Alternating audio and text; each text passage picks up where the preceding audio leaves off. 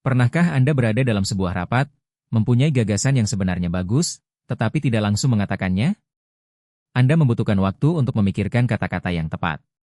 Namun, sebelum sempat berbicara, orang lain sudah menguasai percakapan. Ia berbicara lebih cepat, lebih keras, dan terlihat jauh lebih percaya diri. Akhirnya, pendapatnya dianggap paling kuat. Bukan karena gagasannya pasti paling baik, melainkan karena ia paling terdengar. Di sekolah, murid yang sering mengangkat tangan dianggap lebih aktif. Di tempat kerja, orang yang pandai berbicara sering terlihat lebih siap memimpin. Dalam pergaulan, seseorang yang tenang mudah dianggap pemalu, tidak percaya diri, atau kurang menarik.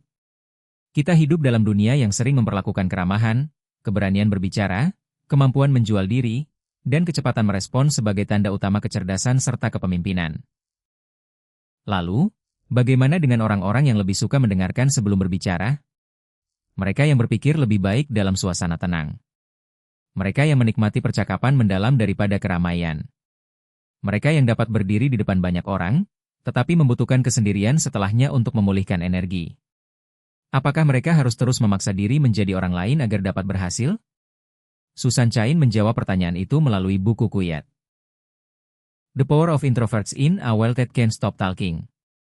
Buku ini berpendapat bahwa masyarakat terlalu sering meremehkan orang introvert dan kehilangan banyak kemampuan penting ketika hanya menghargai orang yang paling terlihat, paling ramai, atau paling pandai mempromosikan diri.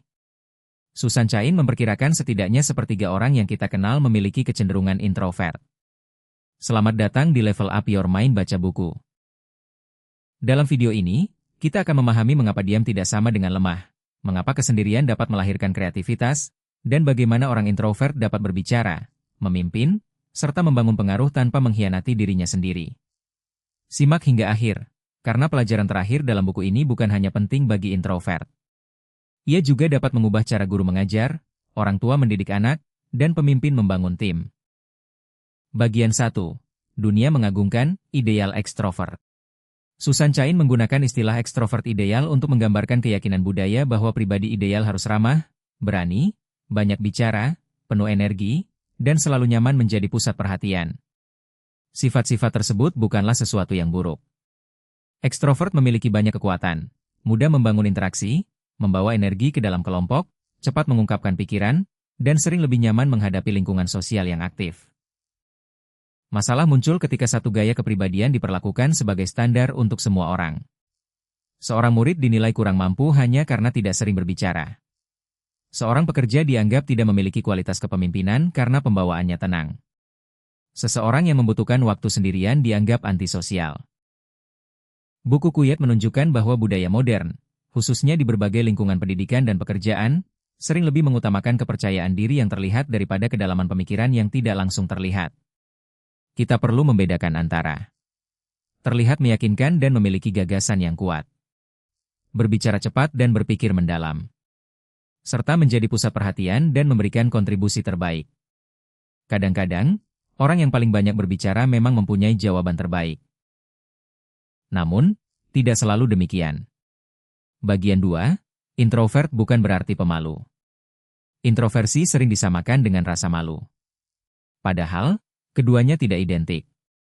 Rasa malu berkaitan dengan kekhawatiran terhadap penilaian sosial. Seseorang ingin berinteraksi, tetapi takut dipermalukan, ditolak, atau dinilai buruk. Introversi lebih banyak berkaitan dengan cara seseorang merespons stimulasi. Orang introvert umumnya lebih cepat merasa lelah dalam lingkungan yang sangat ramai, penuh suara, interaksi, atau aktivitas. Mereka biasanya memerlukan lebih banyak ketenangan untuk berpikir dan memulihkan energi. Seorang introvert dapat menjadi pembicara publik yang baik. Ia dapat memimpin organisasi. Ia dapat menikmati pertemuan sosial. Namun, setelah kegiatan tersebut, ia mungkin membutuhkan waktu sendiri. Sebaliknya, seorang ekstrovert juga dapat merasa malu atau cemas ketika tampil di depan banyak orang. Kepribadian manusia juga tidak terbagi menjadi dua kotak mutlak. Banyak orang berada di antara keduanya dan menunjukkan kecenderungan berbeda sesuai keadaan. Panduan diskusi resmi buku ini bahkan mengajak pembaca mempertimbangkan apakah mereka introvert, ekstrovert, ambivert, atau berbeda dalam situasi tertentu. Maka, jangan terlalu cepat memberikan label. Tujuan memahami kepribadian bukan untuk membatasi diri, Tujuannya adalah mengenali lingkungan yang membuat kita dapat bekerja dan berhubungan dengan orang lain secara optimal. Bagian 3, kesendirian dapat menjadi ruang kreativitas. Kita sering diajarkan bahwa gagasan terbaik muncul melalui kerja kelompok. Karena itu, sekolah menggunakan semakin banyak tugas kelompok. Kantor menggunakan ruang kerja terbuka. Rapat dan sesi brainstorming dianggap sebagai jalan utama menuju kreativitas. Kerja sama memang sangat penting. Namun, kerja kelompok bukan satu-satunya sumber gagasan. Susan Cain mengkritik keyakinan yang menganggap kreativitas dan produktivitas selalu lahir dari aktivitas bersama. Panduan resmi Kuyet menyebut pandangan ini sebagai New Groupthink, anggapan bahwa kebersamaan hampir selalu lebih unggul daripada pemikiran individual. Sebagian gagasan terbaik membutuhkan masa inkubasi dalam keheningan. Penulis membutuhkan waktu untuk menulis sendiri.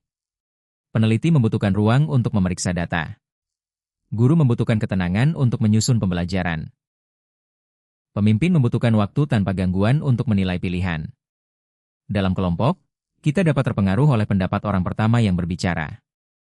Kita dapat mengikuti mayoritas agar tidak terlihat berbeda. Kita juga dapat kehilangan keberanian menyampaikan gagasan yang belum sempurna.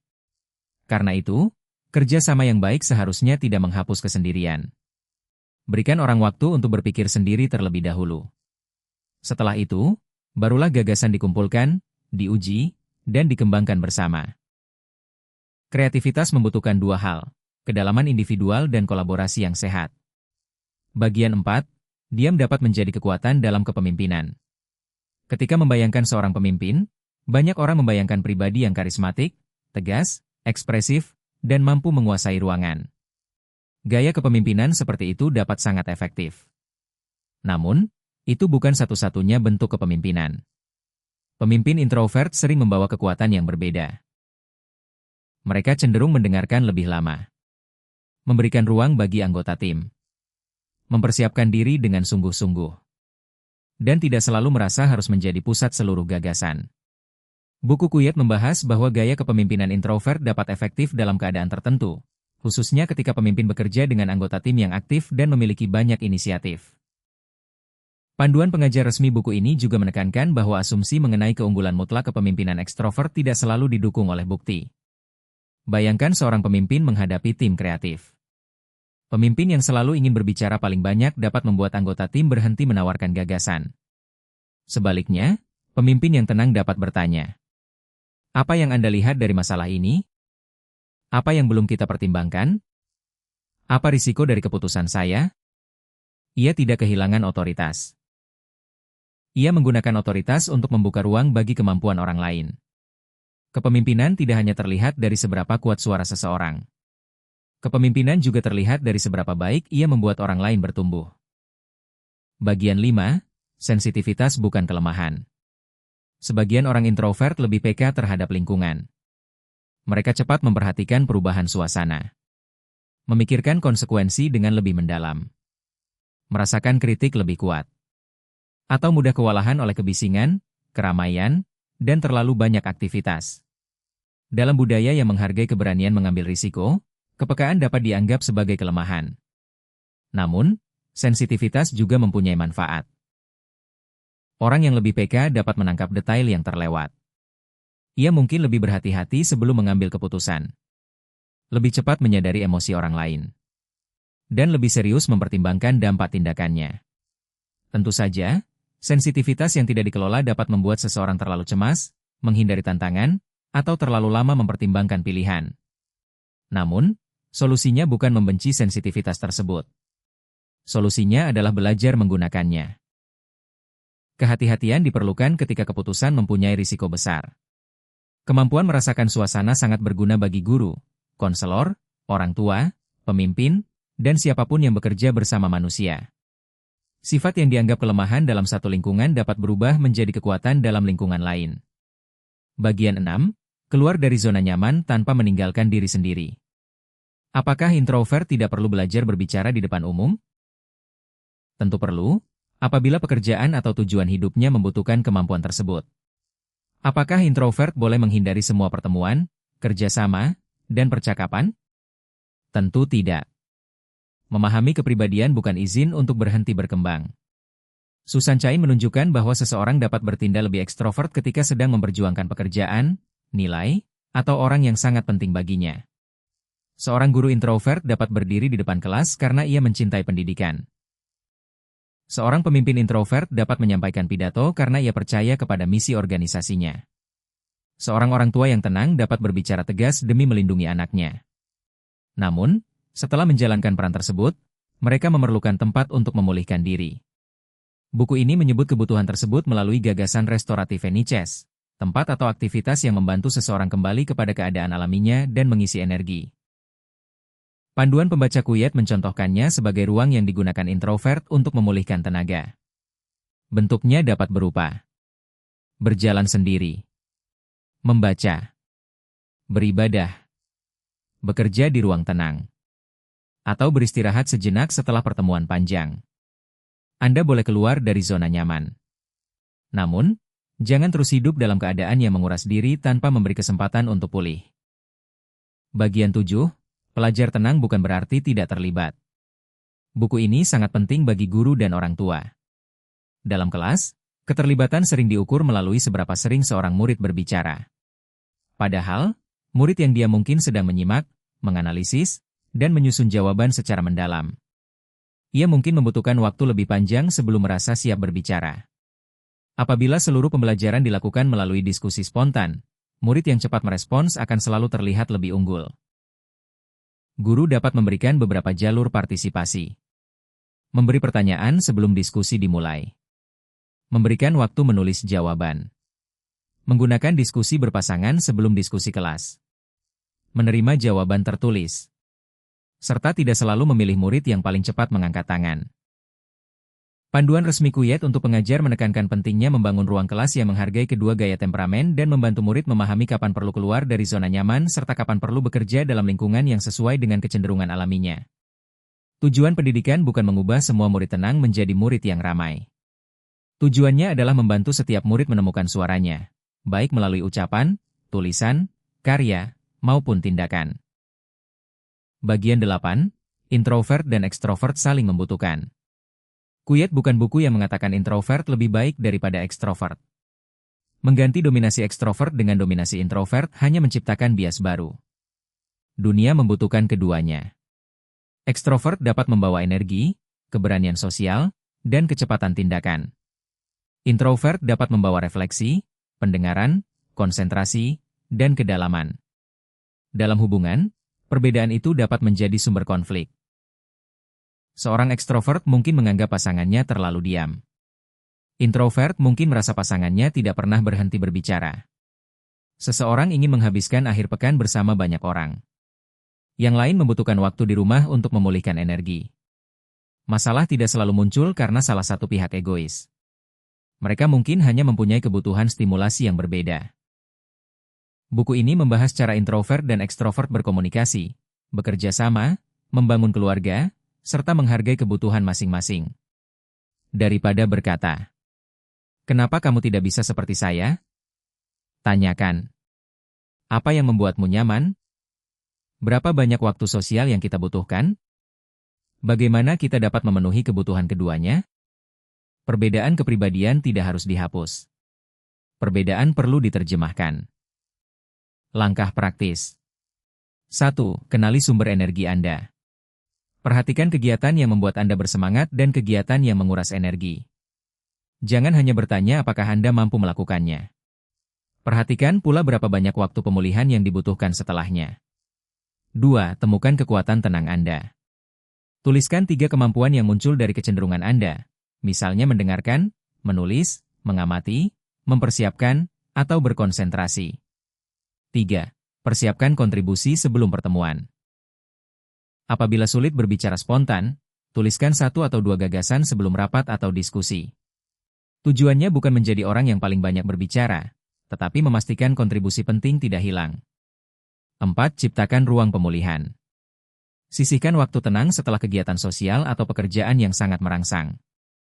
Jangan menunggu sampai energi benar-benar habis. 5. Latih 1 keberanian sosial. Ajukan 1 pertanyaan. Sampaikan 1 pendapat. Hubungi 1 orang. Keluar dari zona nyaman secara bertahap, bukan dengan memaksa diri berubah total. 6. Hormati temperamen orang lain. Jangan menganggap orang yang diam tidak tertarik. Jangan pula menganggap orang yang banyak berbicara selalu ingin mendominasi. Berikan ruang bagi gaya komunikasi yang berbeda. Tantangan 7 hari. Temukan kekuatan tenang. Hari pertama, catat situasi yang mengisi dan menguras energi Anda. Hari kedua, lakukan satu pekerjaan penting dalam suasana tanpa gangguan. Hari ketiga, sampaikan satu gagasan yang biasanya hanya disimpan. Hari keempat, dengarkan seseorang tanpa menyiapkan jawaban. Hari kelima, ciptakan satu ruang pemulihan selama 30 menit. Hari keenam, bekerjalah bersama seseorang yang temperamennya berbeda. Hari ketujuh, tuliskan kekuatan yang selama ini kurang Anda hargai. Tujuannya bukan menentukan apakah Anda 100% introvert atau ekstrovert. Tujuannya adalah mengenali cara terbaik untuk bekerja, berhubungan, dan bertumbuh. Pesan terbesar Kuyet bukan bahwa kita harus berhenti berbicara. Pesannya adalah bahwa dunia tidak boleh hanya mendengarkan orang yang paling keras. Ada kecerdasan yang muncul melalui percakapan. Ada pula kecerdasan yang tumbuh dalam keheningan. Ada orang yang menemukan gagasan ketika berdiskusi. Ada orang yang harus menyendiri dahulu sebelum dapat menyampaikan sesuatu yang bernilai. Keberanian tidak selalu tampak seperti berdiri di atas panggung. Kadang-kadang, keberanian adalah tetap menjadi diri sendiri di tengah dunia yang terus meminta kita tampil berbeda. Diam bukan berarti tidak mempunyai gagasan. Tenang bukan berarti tidak mempunyai ambisi. Membutuhkan kesendirian bukan berarti membenci manusia. Maka, renungkan satu pertanyaan ini. Kemampuan apa dalam diri Anda yang selama ini diremehkan hanya karena tidak terlihat ramai, cepat, atau mencolok? Jangan mengecilkan suara Anda. Namun, jangan pula merasa harus berteriak agar suara itu berarti. Bangunlah pemikiran yang mendalam. Sampaikan pada waktu yang tepat. Dan biarkan kualitas kontribusi Anda berbicara. Terima kasih telah belajar bersama Level Up Your Mind Baca Buku. Tekan tombol subscribe untuk mendapatkan ringkasan buku tentang psikologi, pengembangan diri, bisnis, sejarah, filsafat, novel, dan berbagai tema menarik lainnya. Bagikan video ini kepada seseorang yang pernah merasa dirinya terlalu pendiam untuk berhasil. Tuliskan di kolom komentar. Apakah Anda lebih cenderung introvert, ekstrovert, atau berada di antara keduanya? Kenali kekuatanmu, hargai caramu bertumbuh, dan naikkan level hidupmu.